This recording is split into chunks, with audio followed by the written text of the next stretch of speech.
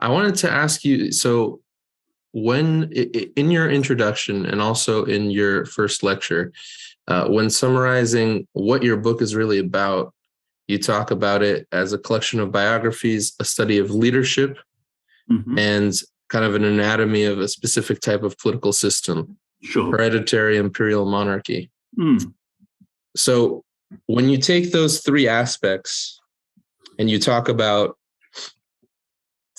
each individual emperor's biography, his or her leadership in terms of scope, and that system, that kind of political system, it often leads to kind of this disease of megalomania, right? Or in some cases it can.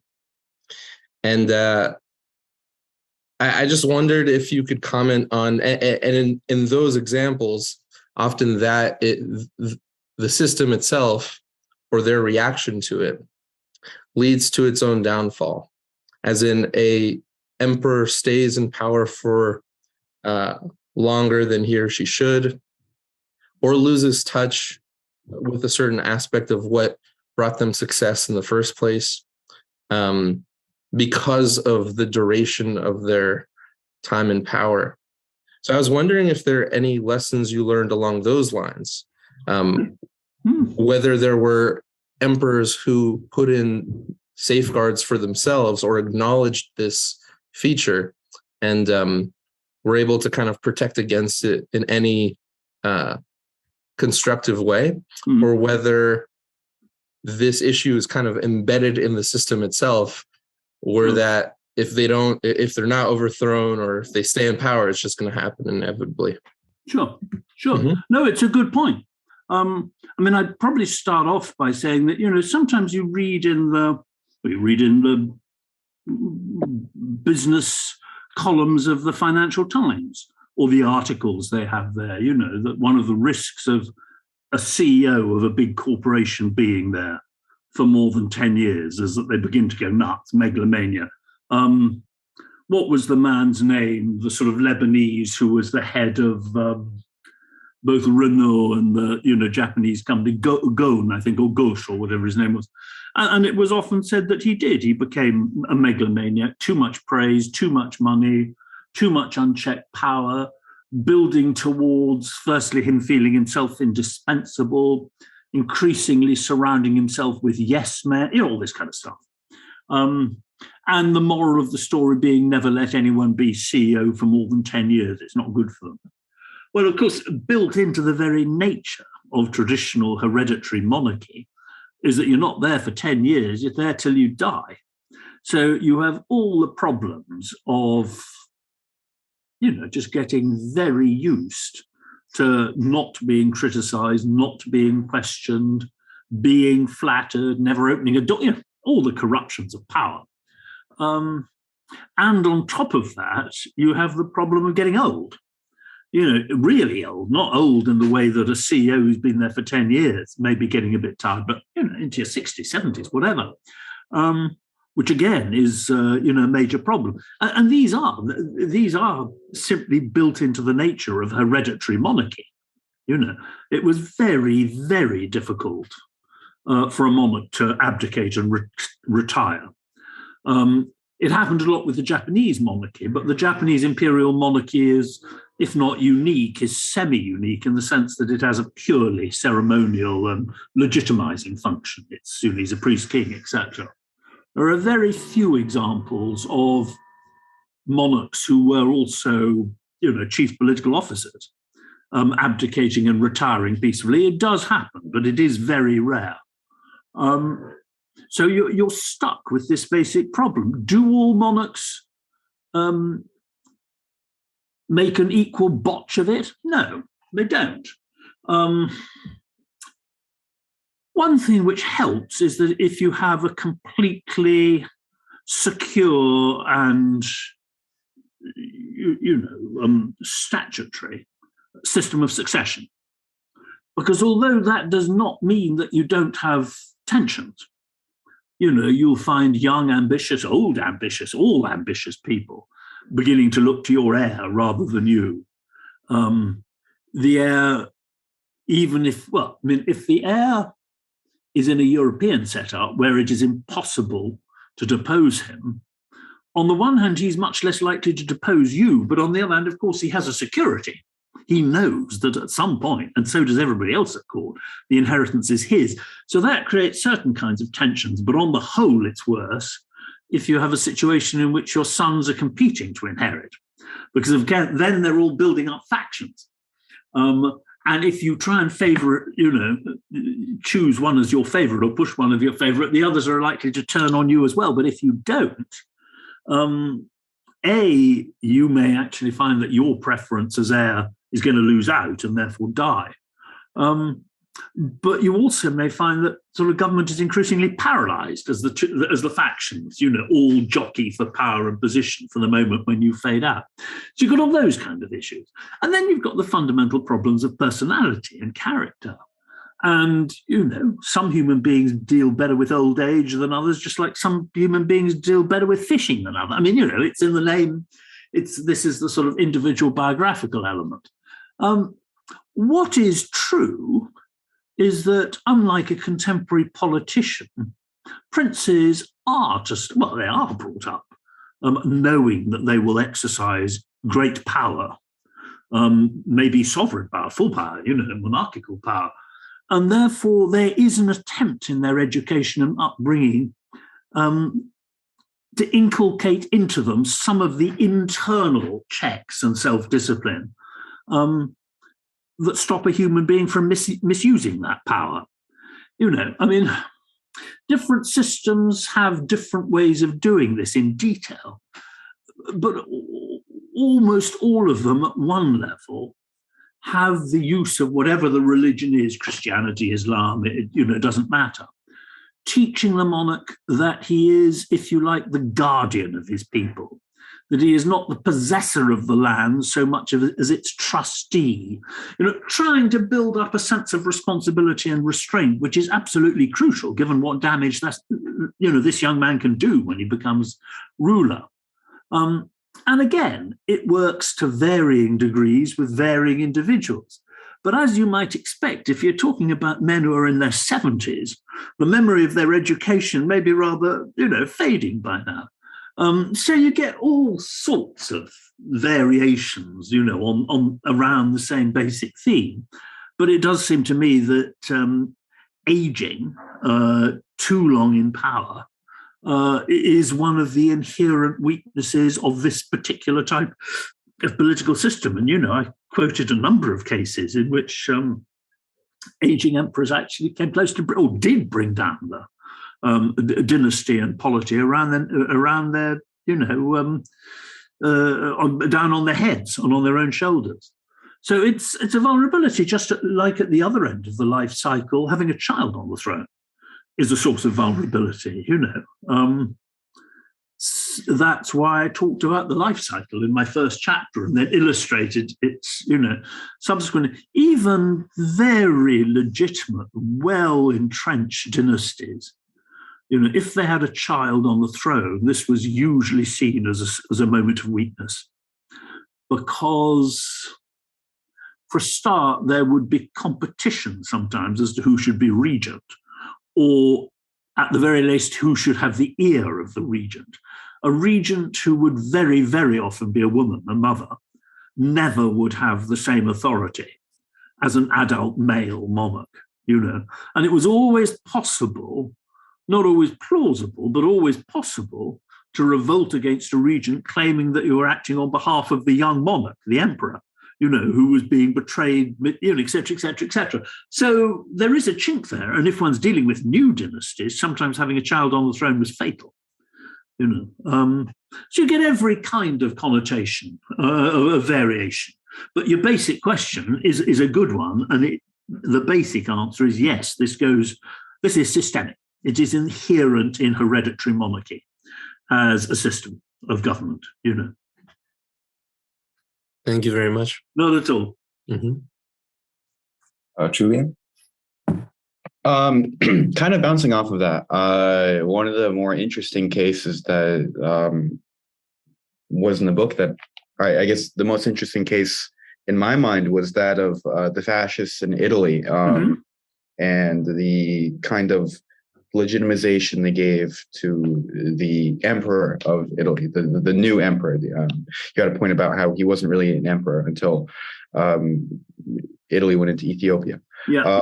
I was wondering if you understood them to be a sort of politicized group of yes men, or if we should understand them as something else, kind of a political means of legitimization.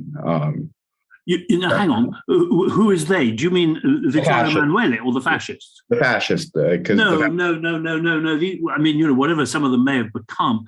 No, this is certainly not a yes man. This is a revolutionary or semi-revolutionary party seizing power from below with a charismatic leader.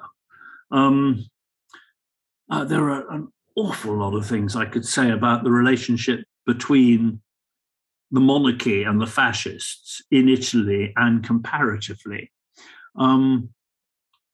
Some, but not most of which, boil down as well to the relationship between Vittorio Emanuele III himself and Mussolini and the fascist movement. I mean, where does one begin or end? I mean, you would have to start, apart from anything else, with the nature of the Italian monarchy, which is, after all, the House of Savoy is an ancient dynasty, very ancient, but the Italian monarchy itself is new, and it is liberal. I mean, what elsewhere in Europe would be described as conservative forces were actually, for the most part, at least initially, opposed to the monarchy, because conservatism was deeply entwined with Catholicism, religion, and of course the church is deeply hostile to, you know, the new Italian monarchy for obvious reasons. And along with the church, of course, this is by far the most important institution in Italy. And it carries along with it much of the old aristocracy, certainly the Roman aristocracy, etc., etc., etc., etc. So you have this rather strange sort of newish liberal monarchy trying to come to terms in the way that all European monarchies do with the onset of mass politics, urbanization, you know, the whole lot, all the things we're used to. But I try and make this point that, you know, there is a distinction in Europe between what I call first world Europe and the periphery, which I call second world. The thing about being on the periphery was that politics was just inherently, in many ways, more fragile. You know, you've got vast peasantries, often mostly very poor. You've often got really difficult social relationships in the countryside, you know. And these vast peasantries can, unlike the rural sector, certainly in most of Germany, in Britain, in France, where it is conservative, some of these peasantries can actually be easily susceptible to socialist and anarchist agitation. Then you've got nascent capitalism in the cities. But of course, in its earlier generations, where it tends to be more radical, if only because, you know, I mean, without going all the way to Marx and primitive capital accumulation, you know, you are dealing with capitalism raw and bloody, you know. There isn't much of a surplus to go round yet, you know, et cetera, et cetera, et cetera. So you've got this business where you've got social conditions which do make much of the population conducive to extreme political influences. But of course, you're already, in England at the equivalent stage, you didn't have any socialists. There was no Marx, etc. Now, 70 or 80 years later, you've firstly got nasty early capitalist conditions. You've got something you didn't have in England, really, which is a mass peasantry, which the English had kicked out in the 16th century, and great tensions over land ownership and land use. You've also, though, got on top of that the fact, firstly, that you've got now the model of coming from the first world Europe of mass socialist parties, even mass anarchist parties, well, not mass socialist on the whole. And of course, you've got the fact that if you're in Spain or in France or in Russia, educated Russians, Spanish, Italians keep looking to England, France, Germany for models and comparing their own countries unfavorably, which helps to delegitimize, So you've got a sort of whole spiral of things. Vittorio Emanuele is an interesting character in the sense that his father was assassinated in 1900. And Vittorio Emanuele, who was a man he was tiny and personally without much self-confidence. He absolutely prides himself before 1914 in being a constitutional king, and is always boasting about the fact that, much to the annoyance of Russian diplomats, that the Italian system has tamed even sort of radicals and moderate socialists, And then he swings around after the First World War. Well, that is for all sorts of reasons, but it's basically because he's scared and because politics has become much more radical as a result of the war. It's partly because of the suffering of the war. It's the specific issues of, all the old frontline soldiers and the paramilitary, a whole lot. You've got a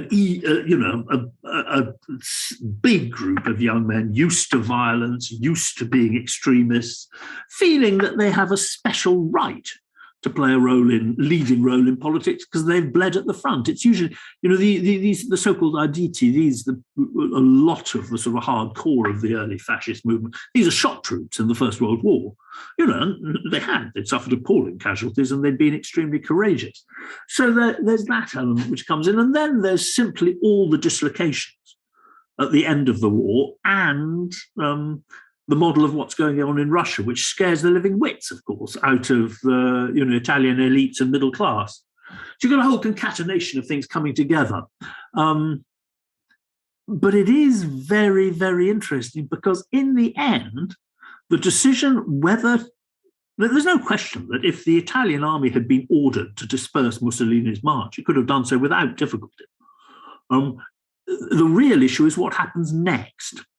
And whether once you've dispersed Mussolini's movement, whether you can actually then consolidate government around some kind of anti-fascist, but also anti-communist, anti-socialist coalition. And that's going to be much more difficult. But the decision is the king's alone. And it's very interesting to try and, ponder why he made that decision to simply cave in and accept Mussolini. And you can't avoid a bit of cod psychiatry because it is him, Trying to work out what's going on is not helped by the fact that the House of Savoy ran off with all the documents when they went into exile. This is not a period which, of course, the dynasty much likes remembering about. But you can make some pretty well-informed guesses. And I think the personal insecurity of Vittorio Emanuele, his fear of actually being lumbered with responsibility for government. I mean, if he stopped Mussolini, what was going to happen next? He was going to have to, provide alternative leadership, and he didn't have the confidence, and he'd always boasted about this was not his job anyway. And then there are the fears of civil war. Inevitably, the king is more likely to compromise with the radical right once it's accepted the monarchy and the church and all this kind of thing. It would be impossible to compromise with the radical left because they would immediately eat you. You also, and this is very important, the position of the church. As it turned out after the Second World War in Italy, and of course in Germany, but in Germany you already have this with the Catholic Centre Party right back into the Kaiserreich. In principle, the mass party on the right has got to be religious-based, particularly in Catholic countries. And that gives a certain stability to German politics, Before 1918, or to some extent before 1931, the Spanish monarchy is trying to evolve in the same direction. With some of the same problems as the Italian monarchy, but not so extreme, in the sense that the Spanish monarchy itself is the heir of a regime which had expropriated most of the church lands. The Spanish monarchy itself is semi-liberal. Though it's not as extreme as in Italy, where, after all, the liberal monarchy and the papacy are in violent conflict. So Vittorio Emanuele is very much hampered by the fact that there isn't a mass party of the right on which he can rely and to which he can appeal. So there are all sorts of specifics in the Italian situation, but there are also generic issues. And I mean, where you started with this business of emperor, Italy is the only one of the great powers whose monarch is not an emperor until 36. And, the fact that Vittorio Emanuele loves it when he becomes emperor of Ethiopia gives you a sort of insight also into the natural basis for alliance between the old and the new right. And you could find parallels for this in history. You have the Japanese monarch and you have the shogun. There are examples of cohabitation, and there are also sort of examples of that being in some ways describable as a sort of version of constitutional monarchy, sort of an Italian version of the English setup where the king doesn't rule, etc., etc., etc., etc. But there are also an awful lot of tensions between the fascists and the House of Savoy and and the monarchy. And after all, in the end, it is Vittorio Emanuele who gets rid of Mussolini. It's interesting to ponder what would have happened if Germany had still had a monarchy. When the German elites, particularly the military elites, began to realize that the war was lost, 42, 43, it would have been very convenient for them to have a monarch who was still the head of state, who might have been able to act firstly, as a constitutional force for getting rid of Hitler, but also, of course, as a source of alternative legitimacy. And the Italian monarchy did still have significant legitimacy in some circles, despite having sold itself out to Mussolini. It's even arguable that if Vittorio Emanuele had either not botched the 1943 so badly, or if it immediately abdicated and let Umberto II take over his son immediately, the monarchy might have survived. Though, I mean, it would have been dicey. Sorry, I've shot all over the place, but it is actually an interesting set of issues. But, one way of looking at it is just to look at photographs of Vittorio Emanuele. Vittorio Emanuele was so small that when he became king, they had to lower the height regulations of the Italian army. Otherwise, he'd have been the smallest man in uniform. And then you see him standing beside his uncle and then first cousin, the two Dukes of Aosta, who, were huge, tall men, and also both, in a sense, military heroes. And that tells you something about, Vittorio Emanuele's insecurities. Anyway, I could go on, but I won't. Meredith? I'm back with more questions. I was wondering, sort of, so you've described nation and empire as sort of flip sides of each other. And that's an interesting sort of perspective to me, because, I don't know, from my perspective, which is much less schooled in empire, I almost see empire, particularly the memory of empire, as a very important national myth for countries that comprise sort of the metropolis of former empires. Yeah. And so in this context, the emperors themselves become, figures and sort of a personification of different values. Sure. And so in your research, especially, studying people who we don't have very much in the way of records about, how did you sort of separate, the reality of the person from the myth, especially in the case of Aurangzeb, if I said that right, which I'm sure I didn't, the Mughal emperor. No, which one was this? Which Mughal? He was the son of Shah Jahan, I think. Oh, Aurangzeb. Yes, there we go. Okay, yeah. And so, he's very politicized, sure. even today. Sure. So, how did you sort of parse that in your research? Yeah. Well, firstly, this is absolutely generic. Even if one thinks about political leaders today, there is a gap between the public persona and if you actually know them as human beings, the reality behind it, or at least there often is. I mean, that's almost inherent in any kind of top political job. You put yourself across to a broader public in order to legitimize yourself, make an impact, etc., etc., etc. This may well not, it certainly won't fully reflect the inner person. So there's that for a start. I mean, it's always worthwhile starting off at the most basic and banal. The second you're talking about a monarch, you always get the distancing greater, simply because it is in the nature of traditional monarchy that it is sacred. And its aura is to do with sacredness. It's also to do with distance. It's wrapped up in a level of ceremonial, even in terms of costume, physical distance as well, in a way that a modern politician, even Xi Jinping in China, let alone a democratic politician, is not like that. And indeed, in the modern age, certainly in democracy, contenders for power tend to try and identify with the people and stress how alike the ordinary elector they are, even if it's complete nonsense. So you've got that. You've got the basic issue of leadership and power. Then you've got hereditary monarchy and the distance it implies, and the myths that surround it and the ceremonial and everything else like that. So that is just before you've even begun, is there. And that is there for contemporaries as well.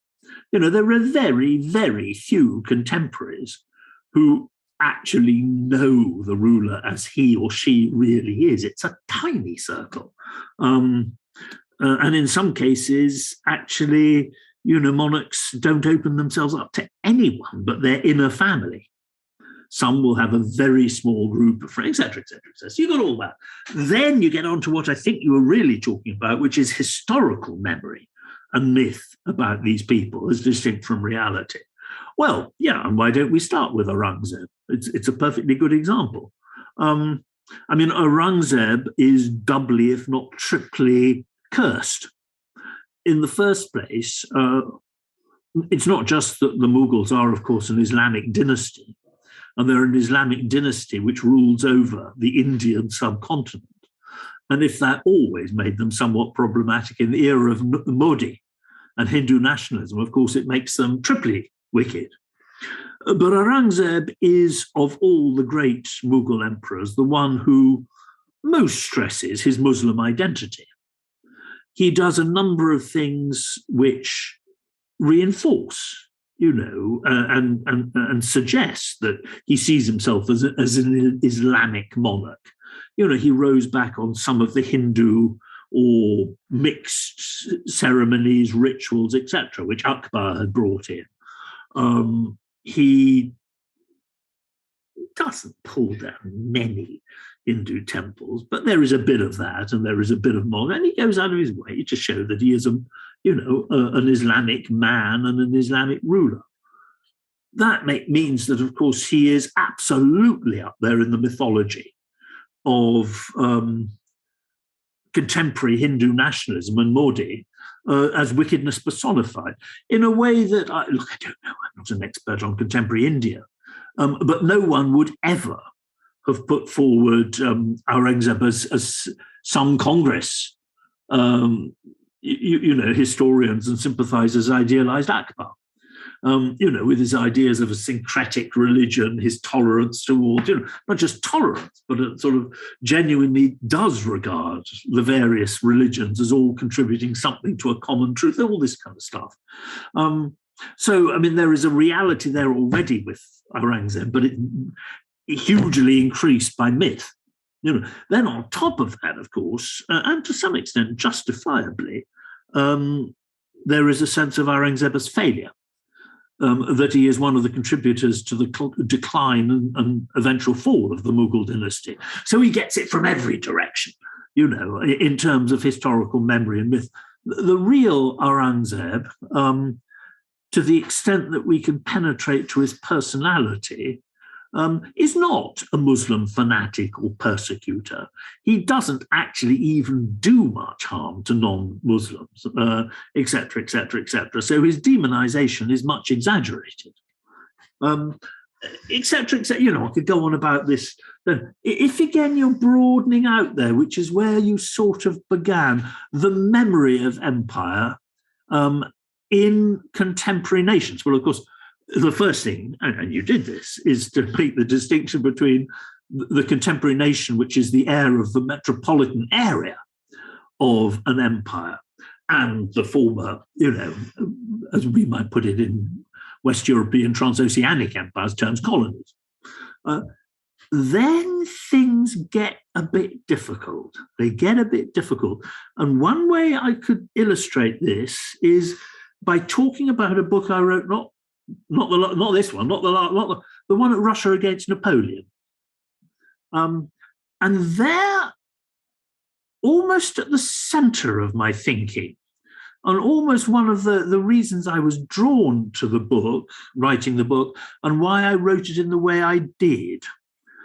For instance, it is a very extraordinary book from a Russian perspective, which makes 1813 rather than 1812 its core. Russia against Napoleon, it's always 1812. In the Russian language, there are 1,000 books and articles written about 1812 for every one on 1813. 1813 belongs to Prusso-German nationalism in the traditional interpretation. And yet Russia was absolutely decisive in 1813. And actually, and surprisingly, your narrow Russian patriot got it all wrong, because the Russian army fought much better in 1813 than in 1812, which is not surprising. Professional armies do tend to get better, with wartime experience, but that wasn't what the national myth said.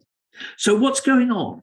And I think the answer there, and it's a rather fascinating one, it is not at all surprising that British or English, French, Spanish, German nationalism, plays up the role of their armies, their peoples in the defeat of Napoleon. The French do it in the other direction, etc. The fascinating thing about the Russian interpretation, and this applies before the revolution and a fortiori in the Soviet era and subsequently, but is actually very much to do with Leo Tolstoy.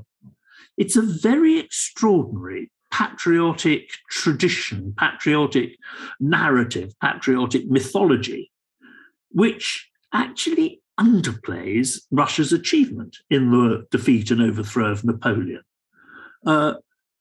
After all, the greatest victories of the Russian army and of Russian diplomacy come in 1813-14. Russia gets to Paris. It leads the European coalition into Paris. All of that has almost disappeared from Russian memory. All that one hears is 1812, Borodino, etc., etc. Now, the English still utterly rejoice in the Battle of Britain, 1940. Standing alone, is always a heroic national myth and narrative. And you could say that, the British myth about the Battle of Britain and the few and this and that is not unlike the Russian myth of 1812. But after all, the British don't forget 1942, the Battle of Alamein. They don't forget the invasion of Normandy. They don't forget the final victory.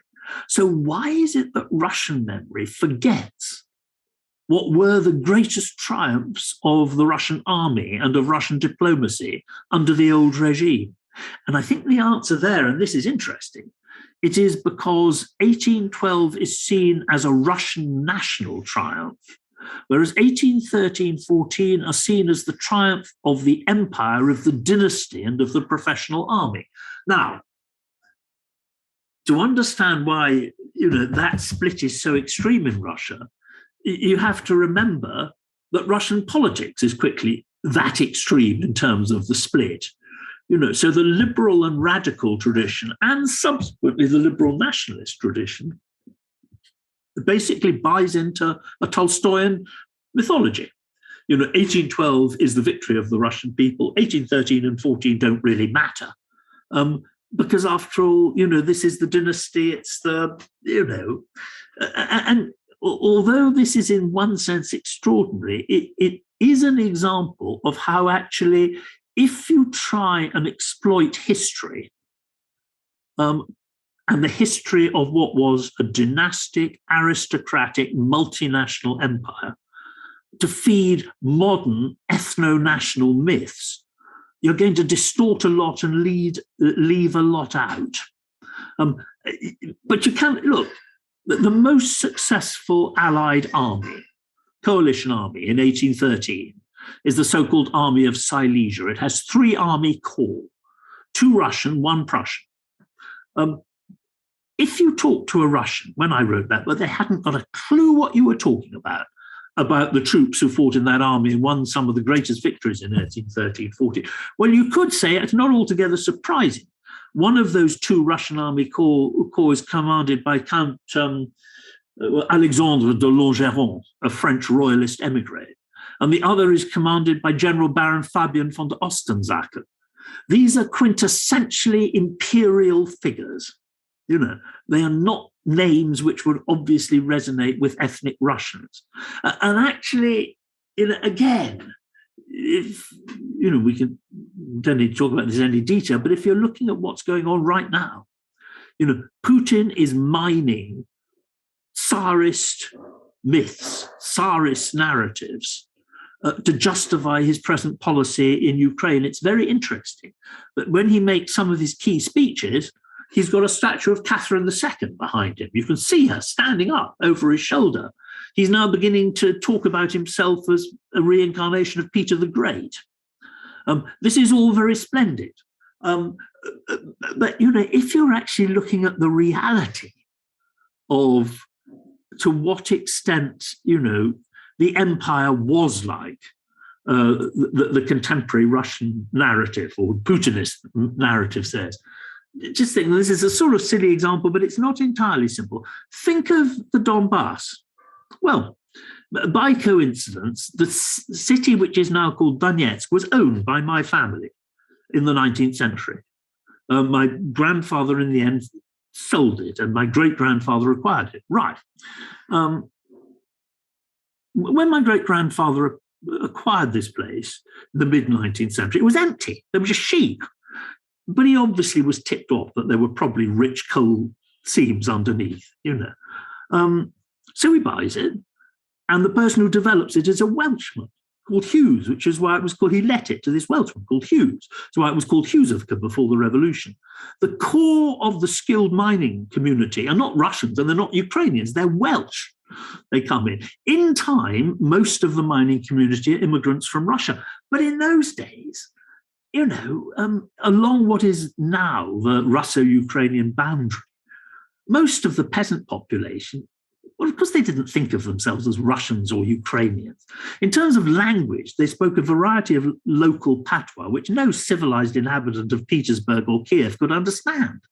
The peasantry there, as in Ukraine as a whole, as in much of the pre-modern world, they don't have a national identity, they have a village identity.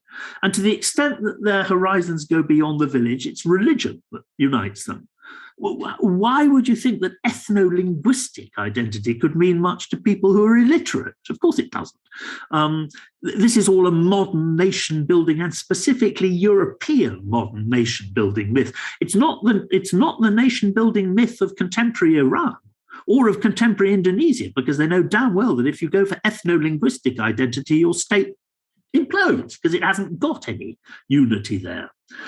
These peasants, they have a religious identity, and to some extent they have a monarchist identity, because the emperor is the protector of the Orthodox religion. He's prayed for every week in church. And I think in many cases he is some kind of up there in the sky symbol of an ideal of justice and equity in an extremely harsh, brutal, exploitative world. So, fine, you've got these people up at the top. Of course, my great-grandfather isn't Russian. He's not Ukrainian. If anything, he's a Baltic German. But he speaks 6 languages, and he doesn't attach any importance whatsoever to ethno-linguistic, no political importance. If you asked him what he was in political terms, he'd say he was a Russian. But what he means is a Russian. He's a loyal subject of the Russian emperor, who incidentally, Alexander II has been his sort of friend since they were children, bloody nearly. What about Alexander II himself? He's an awfully bad exemplar for modern Russian nationalism. He thought of himself as the first gentleman of his empire, by which he took for granted he meant first European gentleman. In other words, pre-modern empire, pre-modern dynastic aristocratic empire is just a very different kind of beastie to the modern nation and to the mentalities which go along with the modern nation. If you're going to try and mine the history of empire for contemporary nationalist myths, you're going to do an awful lot of damage to truth. And my little example about, Russia against Napoleon is in itself of no great importance, but it is an interesting example of just how much historical memory and myth, even patriotic memory, can completely distort the reality of the pre-modern empire.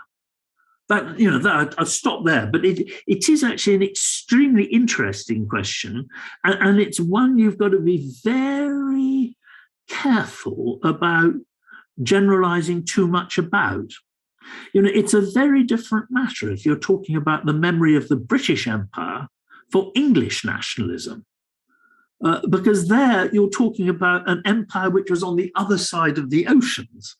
The great thing about the empire is that it simply adds to English nationalism. It doesn't in any sense compete with it in the way that a dynastic aristocratic land empire does. Again, think of China.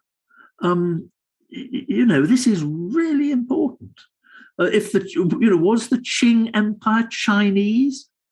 Well, yes, of course, in the interpretation of most Chinese and of the present government. But it was, after all, in principle, an alien conquest dynasty which ruled over vast swathes of Asia, which were never traditionally part of the Han Chinese territory.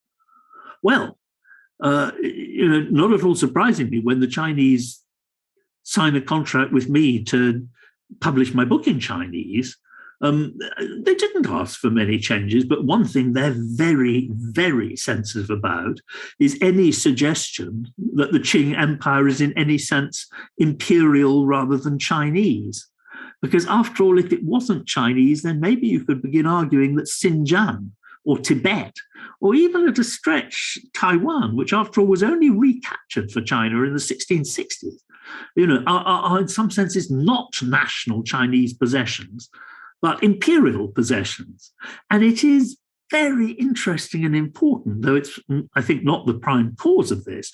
Why is it that the Chinese present government obsesses about Taiwan and says nothing about the enormous territories lost to Russia in the 1860s? Why were they so hot on Hong Kong and not the territories? Well, there are all sorts of specific reasons for that, and it's guided from above in many cases. It's to do with realpolitik and the priorities of the Chinese Communist government. And you could say that in the 1960s, they were beginning to squeak about the Amur and other territories pinched by Russia in the 1860s. But just maybe as well, as was the case, right back in the 12th century with the Song dynasty, there is a sense that Taiwan is somehow ethnic Han, or of course colonized, not in its initial population, whereas the Amur territories not merely never were Han Chinese, but were never colonized by Han Chinese in a significant way, and were in a sense, a bit like the 1813-14 campaigns, the possession of the dynasty. They are Qing, they are Manchu, they're not really China. So it's an example both of, mixed up in people's heads, somewhere vaguely a sense that this is me, this is a national tradition, this is a national possession, and that isn't me. It's something to do with an alien dynasty or an empire. It may be interesting, but it's not me, not the contemporary nation. And that is both something which may come up from below and it may be manipulated from above, and usually it's a mixture of both.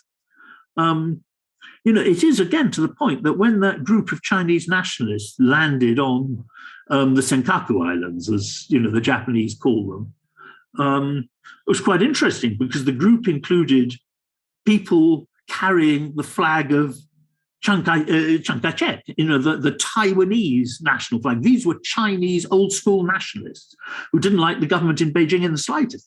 And there were also alongside them radical Chinese nationalists from the mainland who thought that the PRC government, the communist government, and this is already in the 1990s, was too soft when it came to defending Chinese national interests. So again, you have this very fascinating combination of national imperial. And of course, it takes on a different hue again when you're talking about the relationship of nationalism to an imperial heritage which is also communist, and in the Russian Soviet case, of course, explicitly denied the nation.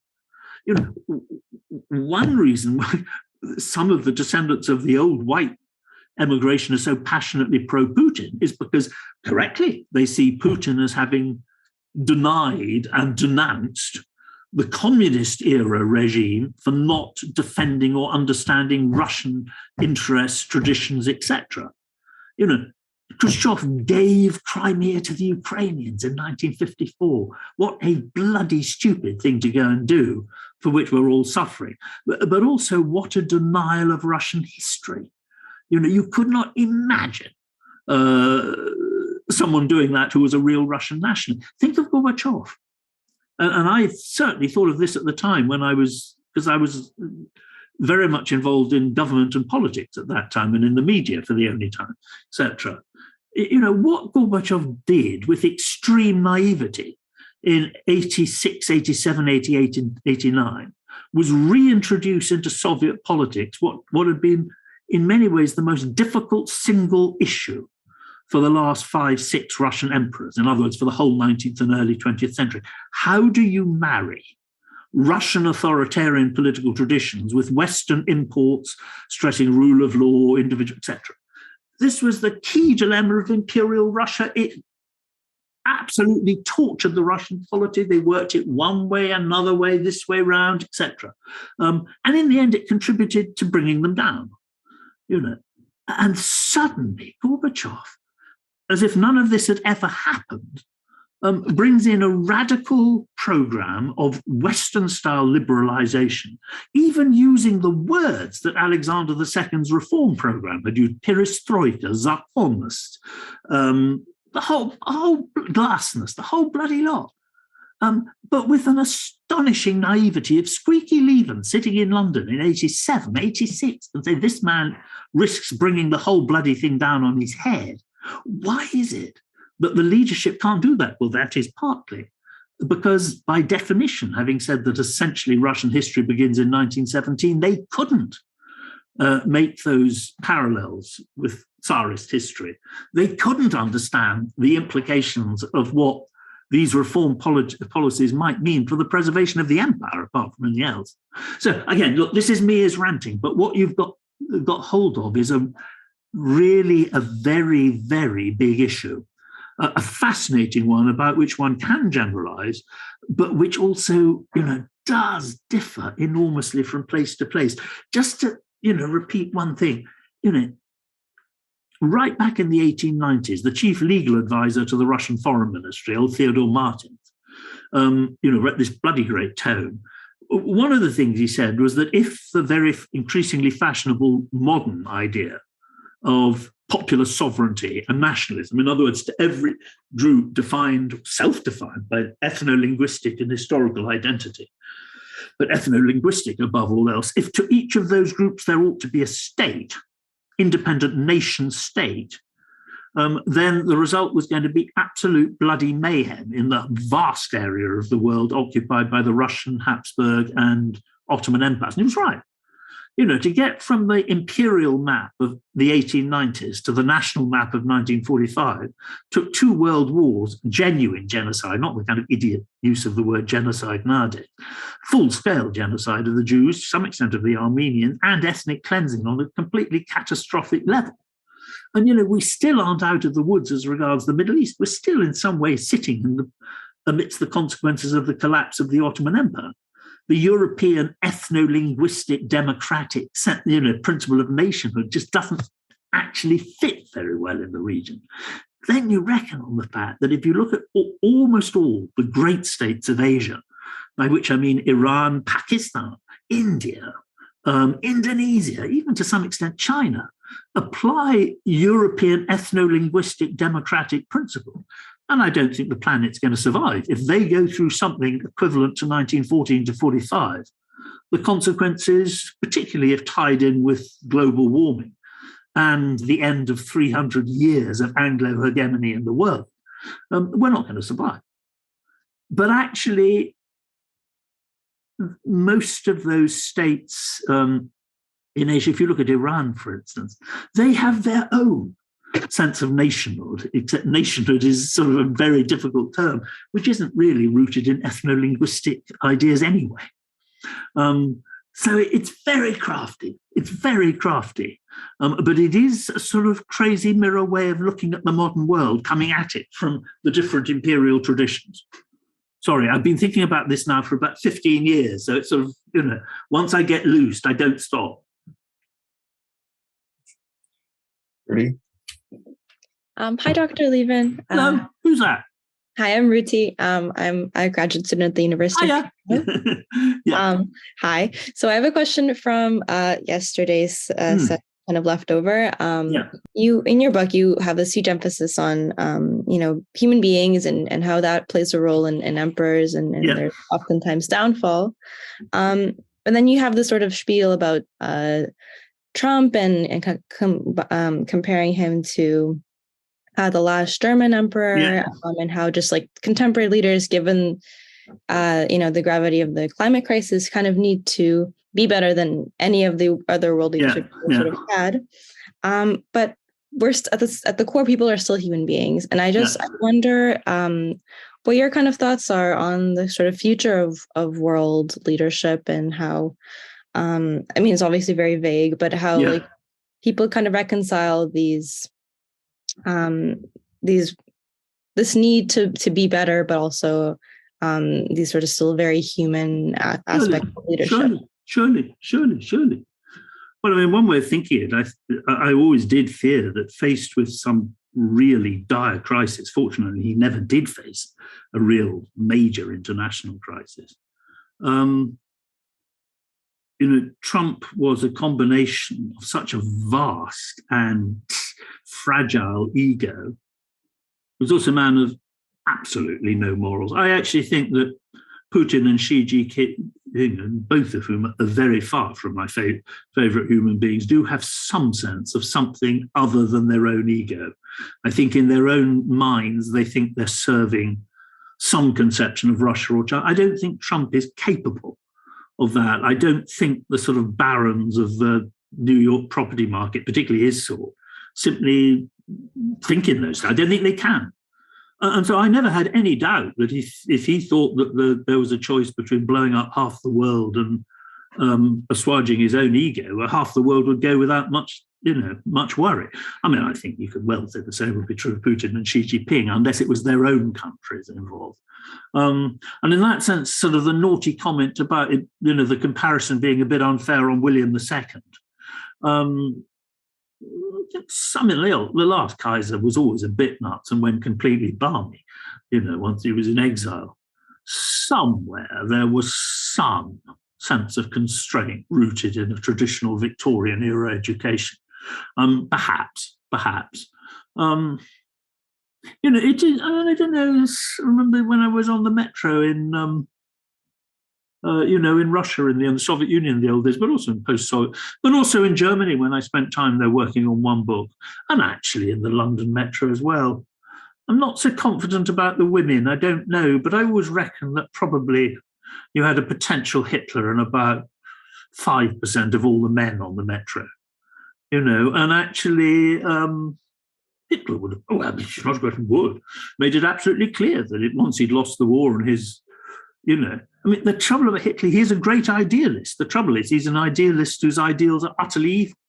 But once his own, great scheme for the world is bankrupt in 1945, actually fully true to his own principles that, might is the sign of virility and is, etc.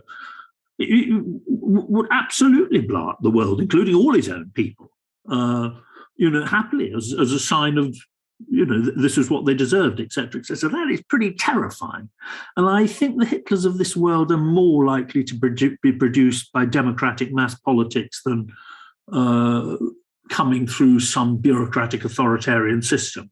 Although, I mean, I'm not saying that democratic systems are likely to produce that kind of person. I don't think they are, but they're more likely, particularly, of course, as they come under great pressure. So, yeah, I mean, God knows what's going to happen. But there is a risk. There is a real risk that you're going to get some version of twisted, leader whose whole identity is rooted in winning at any cost and has come, to power on the basis of some populist wave, faced with some major crisis which threatens his survival or even just his fragile ego, presses the button. I mean, the Spanish elites went to war with the United States in 1898, knowing damn well they were going to lose. But they preferred to lose, which they reckoned would keep them in power, and wouldn't kill any of their relatives. It would merely kill the poor plebs they sent off, conscripted into their army to die, in Cuba. Whereas they reckoned that if they made concessions and compromise, that would be the end of their regime. So, I mean, you can think of horror scenarios, undoubtedly. And it's obviously the case that political leaders now have the means to destroy the planet. And also that it's not as if vast-scale ecological catastrophe hasn't stared societies in the face before. It has, though never on a planetary scale. It's simply that nobody could do anything about it. That's why actually I think, the Chinese history is so fascinating, looking at the way in which the Chinese have sought to manage the Yellow River for millennia. Is a wonderful example of the sophistication of Chinese government long before it was, of course, anything remotely like that in Europe, but also in the end, the power of nature. They were astonishing in their efforts, but actually in the end, they never could control the Yellow River beyond a certain point. And when it changed its course, the devastation was the equivalent, certainly, of Hiroshima 3 or 4 times over. Did I answer your question at all? Or I have a tendency, once I get excited, of shooting up a tree, prophesying from, the end of a branch. Did I answer your question? Yeah, you did. That's good. Come back at me again if you want. Yeah. Who's next? Mac. Hi there again. Oh, hiya. Yeah. Hey. I wanted to ask a question about empires and colonies, as well as decolonization, just because, the story of empires, especially in the past few hundred years, has been a story of colonies and then decolonization. And I'm sure you're aware of the sort of growing discussions today that are taking place about Russia as an empire, which is in need of decolonization, as Alexander Edkin says. Russia is this example of internal colonization, right? But these ideas of Russia and this internal process of colonization is becoming more, I don't want to say mainstream, but it is definitely starting to emerge from the sort of obscure circles of scholars like Edkin, who were talking about this years and years ago. And so I know that, at least based on an article of yours that I found from February, that you don't think Russia is really, doesn't really constitute a true empire anymore because it's not powerful enough. And we also have these, changes on the international stage where, the international system is possibly turning more towards Asia, or the West is being reaffirmed. So I wanted to get your take, just as somebody who's thought about empires and, by way of empires, also have thought about, colonies, especially in the case of Russia. I wanted to get your take on these discussions of decolonizing Russia, because, there are some people who are saying it needs to be split up. And of course,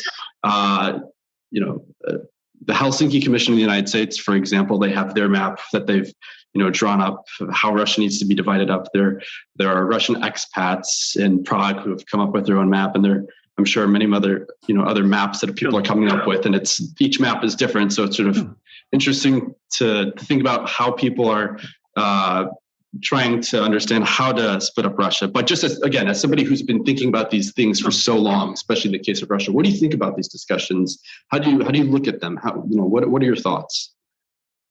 Well, I'll sort of give you my thoughts, and then I probably won't have answered your question. So come back at me. I mean, yes, I stick by my basic feeling that, you're not a real empire unless you are a very, very major power, which Russia really isn't unless it blows up the world. It's not a power which, has any chance of exercising real, even hard political, let alone cultural hegemony over, large swathes of its neighbours. That's my own view. At the same time, I think it is entirely right, and I've said it myself, that Putin and co are infested with an imperial mentality and certainly a nostalgia for empire. And there, actually, I would say that does link them to the old Tsarist elites. And that is to do with a sense of empire as status, empire as giving one self as an individual leader, but also one's community, a sort of sense of world historical significance. Very much a 19th century idea, but one which is rooted deep back in history. That it's not just that I myself and my community is powerful, but that it's also that our values dominate. We are part of the great sweep of history. That has always been there. It sort of gets codified partly by Hegel in a sort of sense with that perception of history. And then, of course, in the era of high imperialism, it's said explicitly the gap between, what's the term they use? Not historical peoples, it means just great peoples, and ethnographic material, that distinction. So all of that is there, and that is very strong. I mean, again, if you know anything about sort of English elites, there's an element of that still in London. And there was an element that went into Brexit on that basis. And there's an element in that which prances around, with these 2 aircraft carriers, which they're going to send out to the South China Sea to be sunk, taking down half the British defence budget in an afternoon, etc. So you get elements of all of that as a sort of imperial nostalgia. It's less complicated, much less complicated in the English case than it is, if you're talking about Austria or Russia or where you're actually talking about a dynastic aristocratic empire which is only equivocally related to the contemporary nation. In the English case, it's perfectly simple because they got the benefits of empire without paying any of the costs, essentially. Empire was something which happened overseas. It was something that the British did things to. It wasn't something which impinged enormously on the everyday life of average English people. Empire did not entail having an Irish or Scottish aristocracy and all this kind of stuff.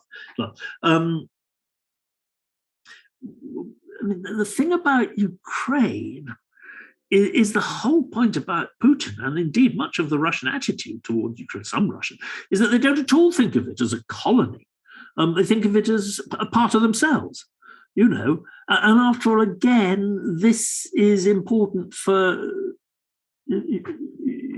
particularly the aftermath of land empires. The first thing that happens when a land empire disintegrates, and to some extent an overseas empire as well, is that you get battles over border lands. You get battles about historical narratives and who has the right to X or Y territory. There's also, this is inherent also in doctrines of popular sovereignty. Well, if you're in a traditional empire, the emperor is sovereign. It doesn't much matter the ethno-linguistic identity of people because they're all subjects of the emperor. There are no internal boundaries. And it is very often the case, particularly at the bottom level, that the emperor doesn't give a damn. It doesn't give a damn about the ethno-linguistic identity of the plebs as long as they do what they're told and pay their taxes. Once you come into the modern era and the empire collapses and you make the people sovereign, the first thing you have to begin defining is who is the people. And when you're talking about defining a people in ethno-linguistic terms, then you're in trouble. Because after all, you take Macedonia, 1890s, the Greeks, the Bulgarians, the Serbs, they claimed, that Macedonia was theirs. Virtually nobody said that Macedonia was for the Macedonians, because the one thing everybody agreed on was that nobody had a right to call themselves Macedonians. Blow me down, who is it who's causing a good deal of the mutual massacre in the 1890s and 1900s? It's school teachers, who are very often leading sort of partisan bands, sometimes absolutely explicitly, to murder the next door village in order to stir up national feeling. Because actually an awful lot of the poor wretched peasants in the neighbourhood, they didn't give a toss. They had no clue whether they were Greeks, Bulgarians. They never heard of these damn things, but they'd lived more or less cheek by jowl with neighbours who might or might not speak comprehensible, etc., etc., etc., etc. So, I mean, you get real, it's the modern era which creates these kind of big battles precisely by proclaiming that the people are sovereign, then defining the people in ethno-linguistic terms, which means you've then got to control the educational system to enforce your own language, etc. And, of course, having ferocious battles about history, most of which boil down to mythology, because you then really are trying to invoke pre-modern, pre-national history to serve pretty crude contemporary nationalist purposes. So again, I've set off in all directions, whatever.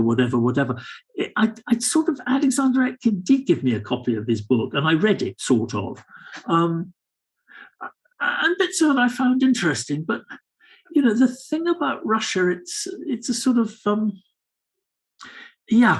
it's a complicated one, because I'm trying to remember the way I put it. I mean, if you think of a lot of the post-colonial argument, at its root are often two rather differing, even contradictory elements. One is a denunciation of what you might describe as the secular, rational Enlightenment, aka modern liberal set of ideas.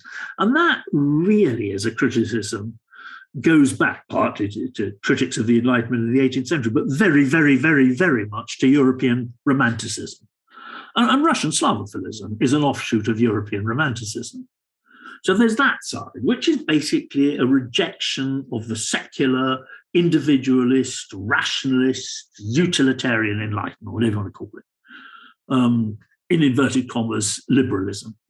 And the other side of it is a protest from certain groups which were traditionally defined as not being capable of rational, self-disciplined, thoughtful, all the qualities which made for citizenship, active citizens, full-scale participants in democracy, rational worker bees, rational democratic, et cetera, et cetera, et cetera. And of course, right up there is anyone who's not white and any female, because both are defined generically as being incapable of reason, the subjects of emotion. So you get this rather weird mixture in neocolonialism. There's simultaneously one strand which is denying the rational Enlightenment, and another strand, a major one, which is howling that we believe in the rational Enlightenment, but we were locked out of it. We were defined as being congenitally incapable of being rational, modern citizens, etc., etc., etc. So that's all a bit odd. And then you come, when you try and apply all this in the Russian case, you go around in contortions. Precisely because of something I was trying to say yesterday, not very clearly. In a sense, you can say that the worldview of the secular Protestant and then of the secular Enlightenment of the 18th century, firstly conquered elites in Northwest Europe, then urban Northwest Europe, then most of Northwest Europe, plus spreading out to elites in Central and Eastern, and then into et cetera, et cetera, et cetera. But of course, in the Russian case, you have this extraordinary business that you're on both sides of the fence. Because Russia is, on the one hand, a great power, and it is a European great power. You tell any Asian that Russians are Asians like them, you get a belly laugh in Beijing, in Tokyo, in Tehran, etc. They're not. And yet, on the other hand, Russia is not just on Europe's periphery in terms of living standards, etc., but outside the Latin European mainstream. And that does create all sorts of tensions in Russia, whereby it is both an imperial power and, in a sort of sense, as Sergei Witte put it, a sort of semi-peripheral colony of the most developed countries in the world.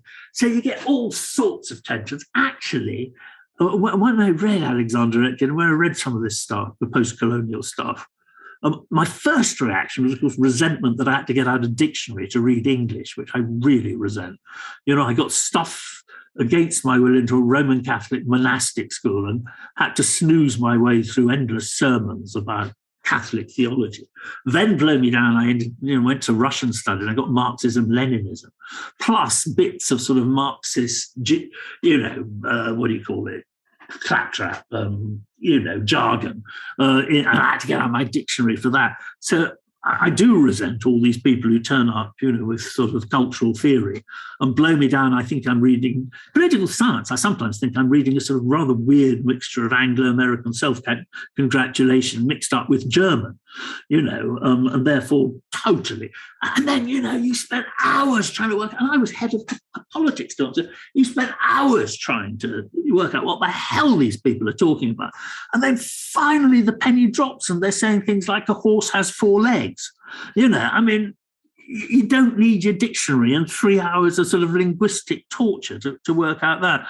And the cultural theory is even worse sometimes because it's even more incomprehensible. And it's got a lot of sort of semi-digested French intellectual kind of jargon as well. So it sends me back. So again, I disappeared up to the branch of my tree. I don't know where you set me off. Great. Well, thank you for the answer. Very helpful.